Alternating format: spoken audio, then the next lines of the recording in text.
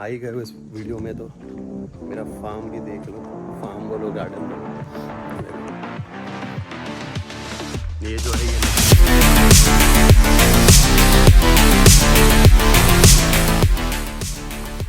Good morning and welcome back to channel guys. I hope you guys are doing fine. आज है Sunday and जो हमने last vlog डाला था वो रफली अराउंड 1 महीना था, 1 महीने पहले डाला हुआ था। एंड 1 महीने से हमने कुछ भी शूट नहीं किया, कुछ भी रिकॉर्ड नहीं किया। इस वीडियो के टाइटल से आप समझ ही गए होंगे कि हम लोग कहाँ पे बिजी थे। सो इस महीने के फर्स्ट वीक में हमने यहाँ पे कनाडा में अपना फर्स्ट घर ख़रीदा। सो उसी के काम में हम लोग लगे पड़े थे, शिफ्टिंग में एंड शॉपिंग में, घर के फर्नीचर में। सो इसलिए हमने कुछ रिकॉर्ड नहीं किया, हम लोग कहीं पे गए भी नहीं थे। आज बहुत टाइम के बाद हम लोग बाहर निकले थे यहाँ पे ट्रैक करने के लिए। सो मैं चाहता था कि मैं एक वीडियो बनाऊँ जिसमें मैं हमारा जो बाइंग एक्सपीरियंस था कनाडा में, जो कि काफ़ी अलग था कंपेयर टू मुंबई इंडिया में जैसा घर लोग खरीदते हैं उससे। तो उसी बारे में हम बात करेंगे इस वीडियो में। एंड बस अभी हम लोग चल रहे हैं, थोड़ा ट्रैक कर रहे हैं। 10 मिनट में घर पहुंच जाएंगे। घर पे बैठ के आराम से हम रिकॉर्ड करके आप लोगों के साथ शेयर करते हैं। बने रहिए वीडियो में, मिलते हैं घर पे। चलिए ओके गाइस, तो मैं फाइनली भी घर पे आ चुका हूँ एंड हम लोग ने घर पे आके अपना नाश्ता वाश्ता किया और मैं सोचा चलो बाहर जाके बैठ के अभी अच्छे से वीडियो कंप्लीट कर देता हूँ, क्योंकि मैं चाहता हूँ कि वीडियो आज ही बाहर आए संडे को। एंड मेरे को बेसिकली अपना जो जर्नी था, जो हमने ये घर ख़रीदा, ये मेरे को आप लोगों के साथ शेयर करना था। आप लोगों को, आप भी अगर इंडिया से देख रहे हो, सोचते होगे कि कनाडा में बाइंग सेलिंग कैसा होता है घरों का, तो ये वीडियो में बने रहे। या फिर आप कनाडा में हो, कनाडा से देख रहे हो एंड आप चाहते हो कि आप आप भी प्लान कर रहे हो घर लेने का, तो फिर ज़रूर एंड तक देखना। पूरा जितना जैसा मेरा एक्सपीरियंस था मेरा रहने का, वैसा मैं आपको पूरा का पूरा दिखा देता हूँ। उससे पहले मैं आपको मेरा अभी बैकयार्ड दिखा देता हूँ। बेसिकली मेरा बैकयार्ड है, यहाँ से आप देख सकते हो। यहाँ पे एक पूल है, सामने हमारा गार्डन है, उसमें बहुत सारे वेजिटेबल्स हैं। टमाटो है, लेटिस है, कैरेट का है। तो ये जो गार्डन है, ये जो पुराने ओनर थे उन्होंने ही लगाया था एंड हम लोग अभी इसके मज़े ले रहे हैं। इसमें अभी वेजिटेबल्स आना स्टार्ट हो गया है। यहाँ पे हमारा लाइफ जैकेट है, बिकॉज मेरे कहानी को स्विमिंग इतने अच्छे से अभी तक आता नहीं, हम लोग सीख रहे हैं। सो ये पूल है, ये मेरा बैक डोर का एंट्रेंस है जहाँ पे हम लोग पूल पे आ सकते हैं। घर में आपको बाद में अच्छे से जब रेनोवेट हो जाएगा पूरा, फिर मैं आपको एक बार दिखा देता हूँ अंदर से। एनीवे, स्टार्ट करते हैं अपनी जर्नी।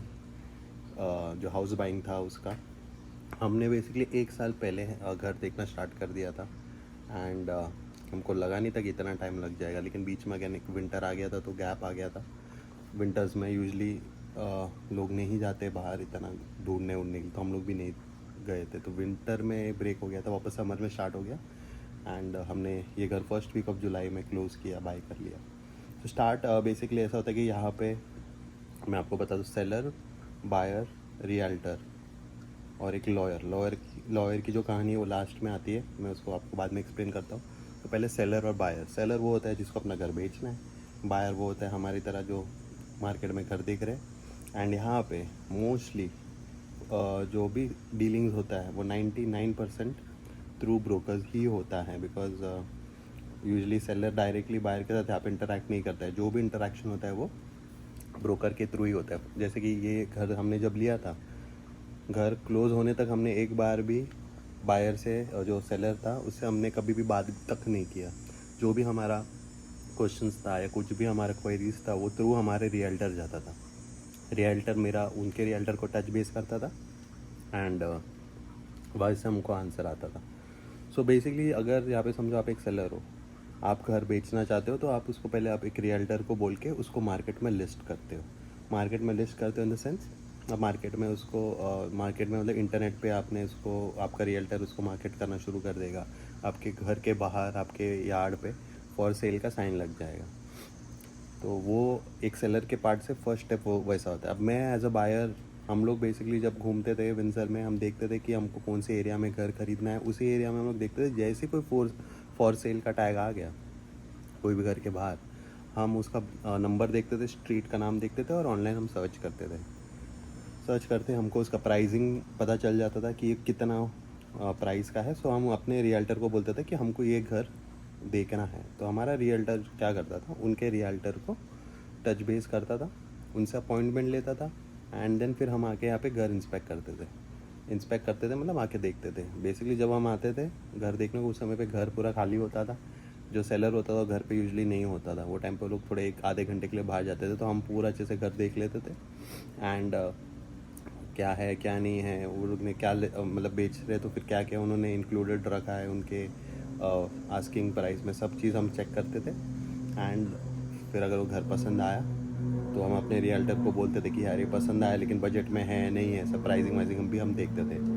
सो यहाँ पे बेसिकली कैसा होता है, जैसे इंडिया में अगर आपको आपका घर बेचना है तो समझो फॉर एग्जांपल आपको 2 करोड़ का घर बेचना है, तो आप आपके ब्रोकर को बोलते थे कि मेरे को ये 2 करोड़ में ये घर बेचना है। एंड वो प्राइस वो बाहर मार्केट में लेके जाता था, फिर 2 करोड़ से वो प्राइस नेगोशिएट होता था। 2 करोड़ में कोई कस्टमर आया, वो बोलता मेरे को 180 में चाहिए, कोई 190 बोलेगा, कोई 195 बोलेगा। फिर जैसा सेलर को समझ में आता था वो प्राइस नेगोशिएट करके बेच देता था। यहाँ पे उल्टा है। यहाँ पे फॉर एग्जांपल एक घर है, वो 3 करोड़, यहाँ पे टर्म यूज़ नहीं करते, लेकिन मैं आपको सो दैट आपके अंडरस्टैंडिंग के लिए समझाता हूँ कि 3 करोड़ का किसी ने घर बेचना है। 3 करोड़ का अगर आप बोलते हो तो यहाँ पे समझो ना कितना होता है, रफली अराउंड 350,000 डॉलर्स के आसपास अगर किसी को घर बेचना है, तो वो प्राइस जो है वो 350 के आसपास चालू कर देगा। और यहाँ पे यूजुअली अभी जो मार्केट चल रहा है, जो प्राइस सेलर लिस्ट करता है या मांगता है उसके ऊपर ही बिकता है घर।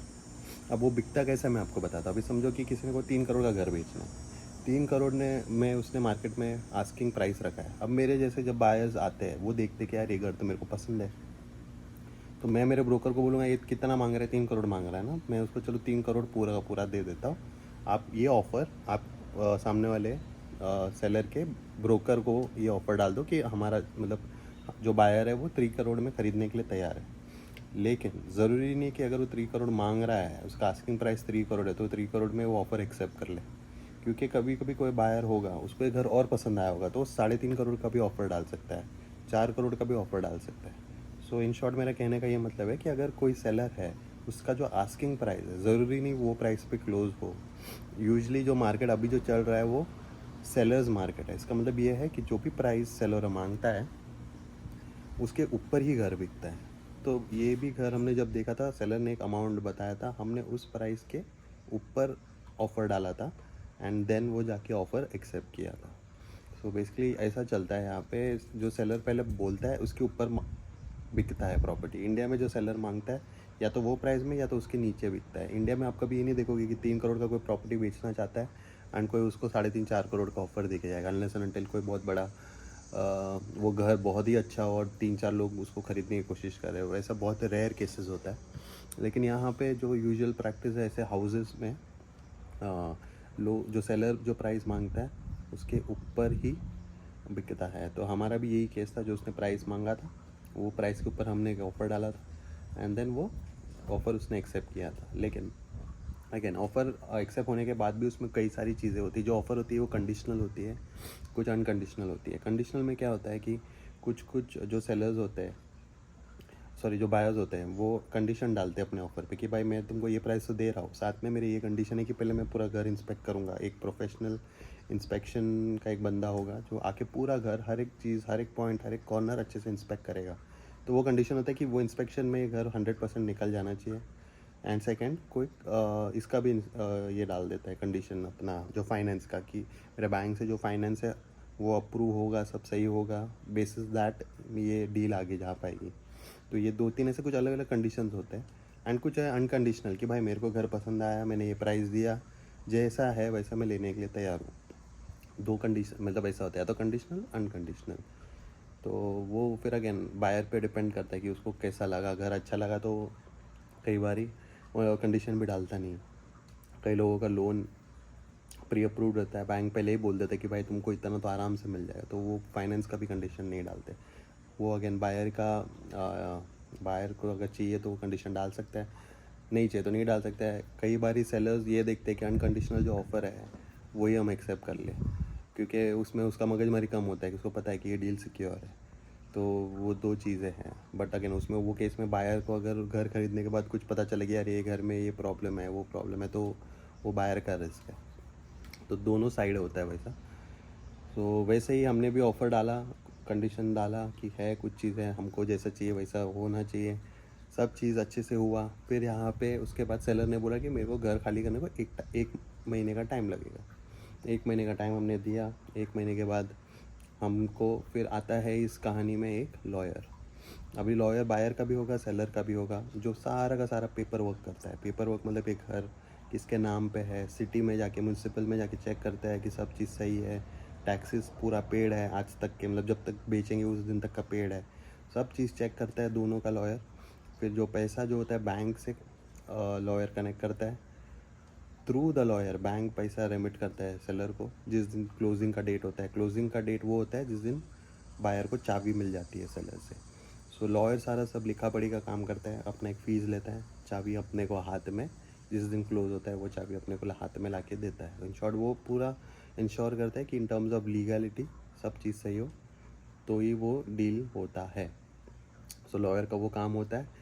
एंड लास्ट डे पे अपने को चाबी मिलती है। चाबी मिलने के बाद घर अपना सेलर छोड़ के चला जाता है, बायर फिर आके घर में रहना शुरू करता है। तो यही था हमारा जर्नी। हमने भी यही ऐसे ही सब प्रोसेस फॉलो किया था। एंड अभी 1 महीना हो गया है, हमने फर्नीचर सब चीज़ अंदर तो डाल दिए, बट मेरा भी थोड़ा रेनोवेशन चल रहा है, थोड़ा ब्यूटिफिकेशन चल रहा है घर का। सो वो सब चल रहा है, वो सब हो जाएगा तो शायद मैं आपको अंदर का भी एक बार ही दिखा दूँ कैसा है क्या नहीं। एंड बस ये घर ले लिया, अब वापस व्लॉग्स करना शुरू करेंगे हम लोग। बाहर जाएंगे, घूमेंगे फिरेंगे, तो वो भी मैं आपको दिखाऊंगा। घर लेने के बाद बहुत सारे काम बढ़ जाती है, वो भी मैं आपको दिखाता हूँ क्या है क्या नहीं। एंड एक बारी मैं आपको आप आ ही गए हो इस वीडियो में तो मेरा फार्म भी देख लो, फार्म बोलो गार्डन बोलो। ये देखो, ये जो है ये लेटस है, लेटस है, ये झाड़ बहुत बड़ा हो गया लेटस का। और ये टमाटोज मेरे, आप देख सकते हो ग्रीन है। उसके बाद ये कैरेट का झाड़ है। कैरेट आता कैसा है वो भी मेरे को देखना पड़ेगा ऑनलाइन, उसके नीचे ही आता है, बट वो कब रेडी होगा वो पता नहीं। ये आप देख सकते हो फ्रेंच बीन्स है। एंड ये कोरिएंडर का आप ये देख सकते हो, ये कोरिएंडर हमने लगाया हुआ है, हमारा खेती है। ये अगेन टमाटोज़ है, इसमें भी छोटे छोटे टमाटोज़ आने लग गए। ये मेरा पूल है सामने, इसका पूरा फिल्ट्रेशन का रूम है जिसके अंदर आप इसका फ़िल्टर विल्टर सब चीज़ आता है। ये एज अ चेंजिंग रूम भी हम यूज़ करते हैं। ये हमारा हीटर है, ये हीटर से पूरा का पूरा पूल गर्म होता है। मेरा बारबेक्यू है। एंड बस यही है, इसका ताम झाम बहुत है, मेंटेनेंस का काम बहुत ज़्यादा है। इसको अभी मैं सीख रहा हूँ, मैं और हनी, धीरे धीरे कि इसको ऐसा क्रिस्टल क्लियर कैसे रखते हैं। यूजुअली एक बार अगर आप इसको साफ़ सफाई बंद कर दोगे तो ये पूरा क्लाउडी हो जाता है पूल। तो है ये, मैं आपको आगे के वीडियोस में ये भी दिखाऊंगा। एंड बस गाइस, ये वीडियो ज़्यादा लंबा नहीं रखते। आई होप आपको जो इन्फॉर्मेशन चाहिए था वो इस वीडियो में आपको मिल जाता है कि कनाडा में बाइंग सेलिंग कैसा होता है रियल एस्टेट हाउसेस का। एंड अगर कोई विंज़र से देख रहा है या विंज़र में इन्वेस्ट करना चाहता है तो मेरा एक रियल्टर है। अगर आप चाहते हो कि मैं उसका कॉन्टैक्ट डिटेल्स आपके शेयर करूँ तो मेरे को कमेंट में डाल देना, मैं आपको बता देता हूँ उसका नाम नंबर। सबसे बेस्ट पर्सन है अपना रियल्टर बिजनेस में। एंड जैसा डील वो बना के देगा आपको, डेटा वेटा रिसर्च करके, आई डाउट कोई और होगा जो इतना डिटेल में घुसता है। तो आप उसको भी कनेक्ट कर सकते हो अगर आप विंज़र में इन्वेस्ट करना चाहते हो या फिर घर ढूंढ रहे हो विंज़र में तो। एंड या अब तक देख रहे हो तो प्लीज़ चैनल को सब्सक्राइब कर देना। हम व्लॉग्स बनाते हैं बाहर घूमने के, ट्रैवलिंग के, और बाकी सारे जो भी हमको समझ में आता है कि रिकॉर्ड करके यूट्यूब में डालना चाहिए हम करते हैं। एंड ज़रूर वीडियो को लाइक कर देना। हम मिलते हैं ऐसे ही फिर किसी नेक्स्ट ब्लॉग में। Until then it is good bye from me, God bless you all and bye bye.